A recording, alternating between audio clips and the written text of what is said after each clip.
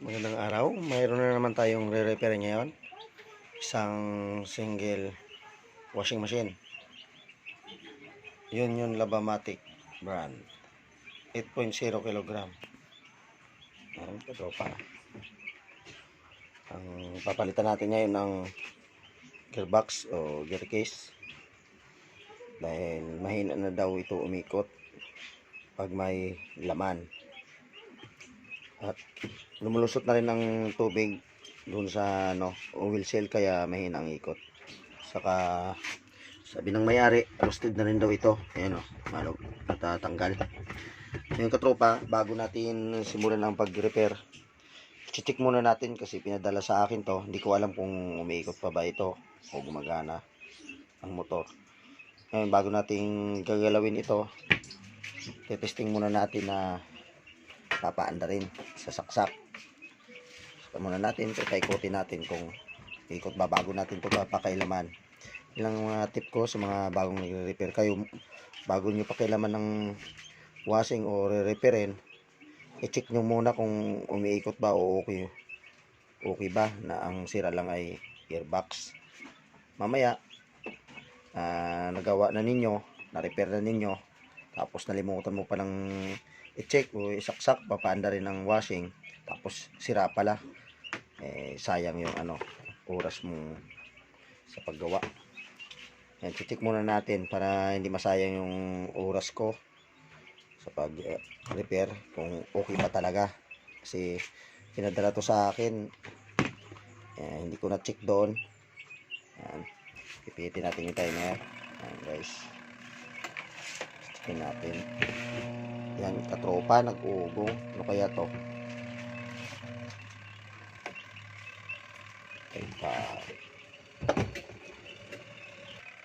Parang may problema katropa, umuugong. Yan nga ang sinasabi ko. Checkin natin sa baba. Ba't ganon? Umuugong na lang.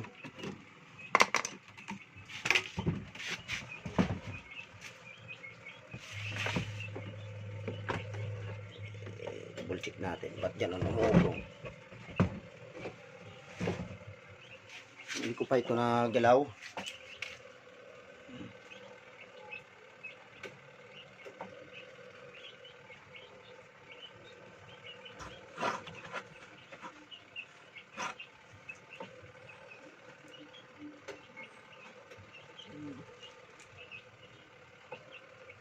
Ito katropa, nagalaw. Check ko nga.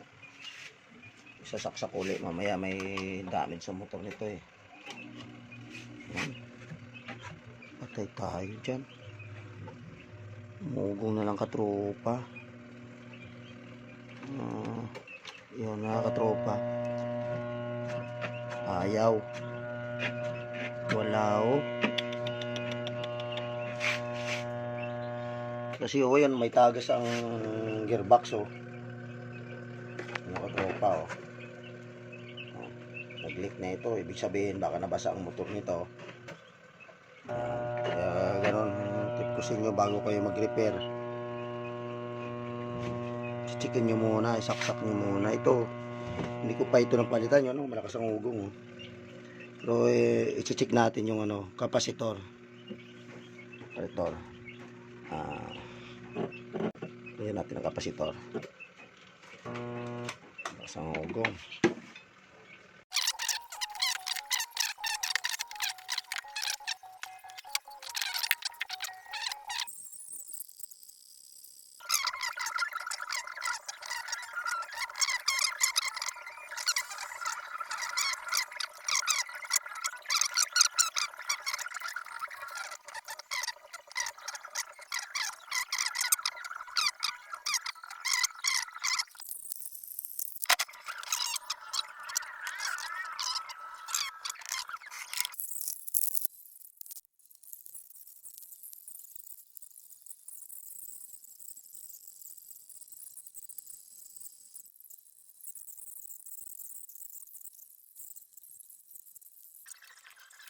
Timer.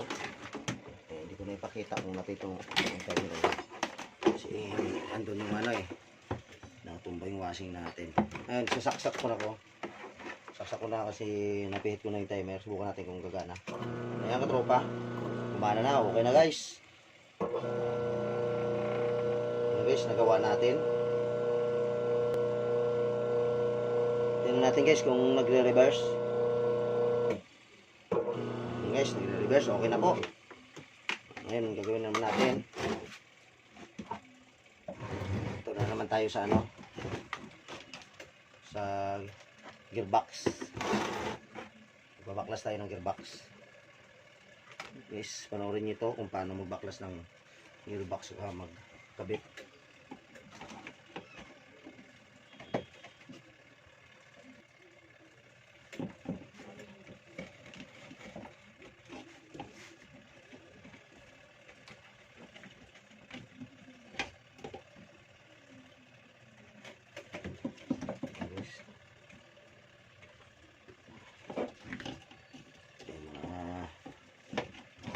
Sira na ayusin natin, doble-dobling sira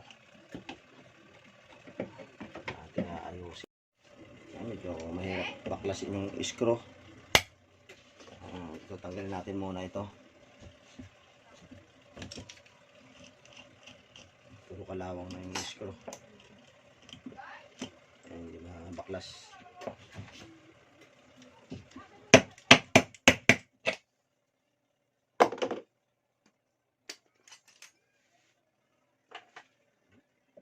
Na ng kalawang.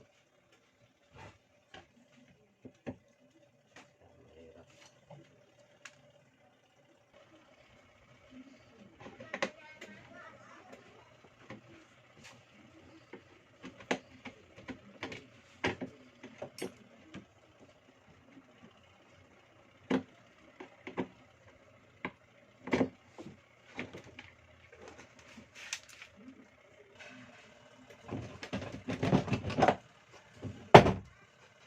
Guys, ito na, nakuha na natin yung gearbox. Ito guys, titingnan natin kung ilan ang ipin. Bilangin ko 1, 2, 3 1, 2, 3, 4, 5, 6, 7, 8, 9, 10 11 guys ang ipin. Papalitan din natin ng 11.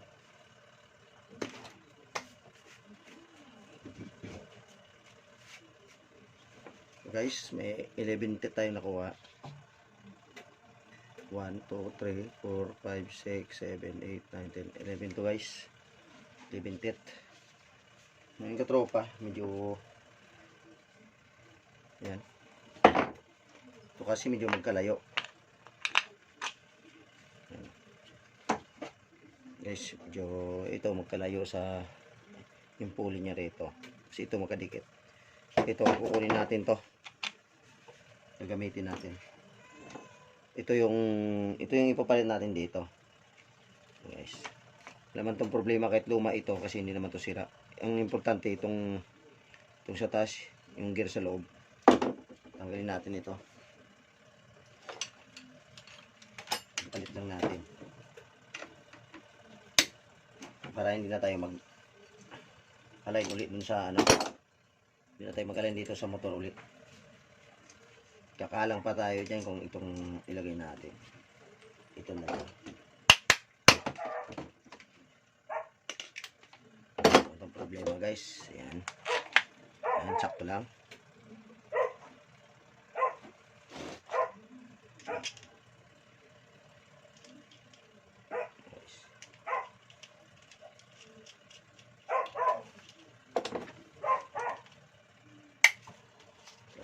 Ito lang naman.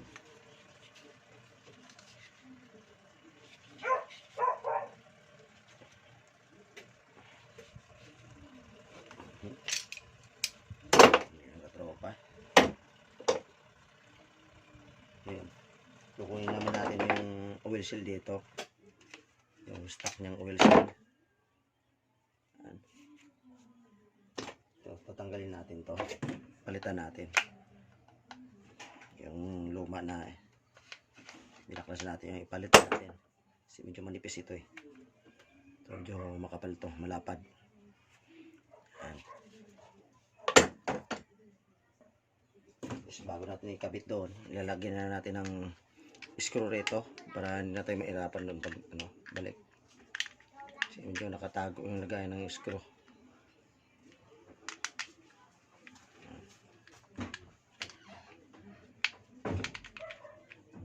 Lagyan na natin yung tropa. Yan, ilagay na natin yung screw.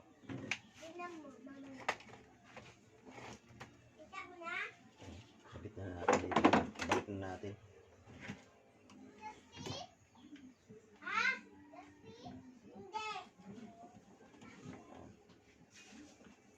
Ganun lang guys, pag sabit ng gearbox, pag palit.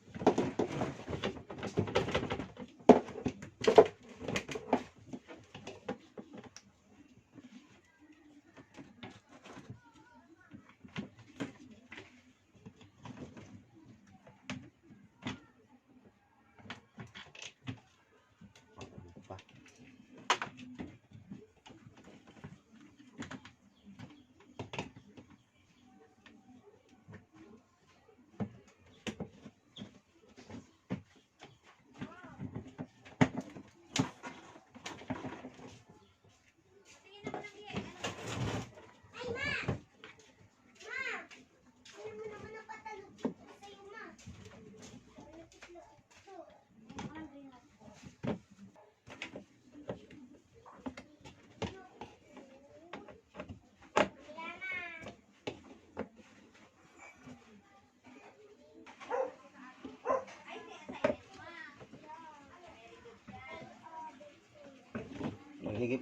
Sige pa yun guys, ng screw tayong tamang higpit lang. Pag naman sobra kasi malalas thread. Kasi plastic lang ito. Guys, okay na.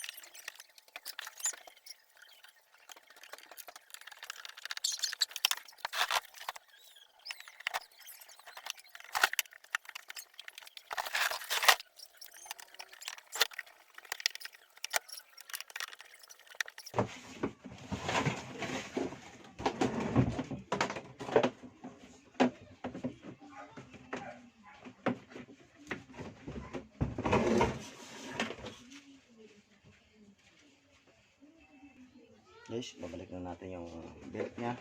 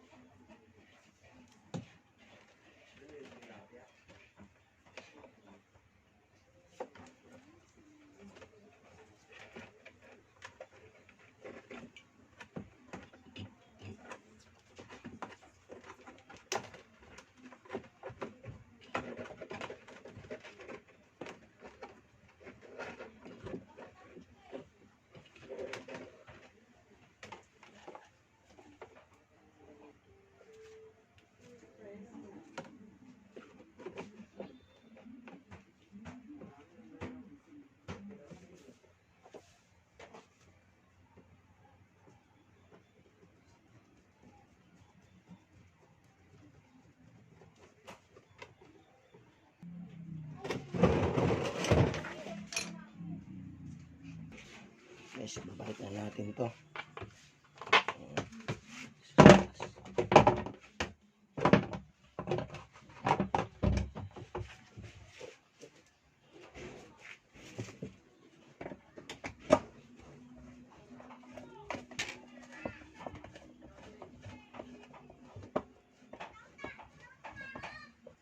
Guys, testing natin. Sasaksak natin sa plug. Ay, saksak natin yung plug. Saksakan. Pitin natin yung timer. Guys, okay na. umiikot na. Kung nga pala, huwag niyo makalimutan mag-like at mag-share at mag-subscribe sa aking YouTube channel at Tio Navarra. Salamat sa panonood ng aking video.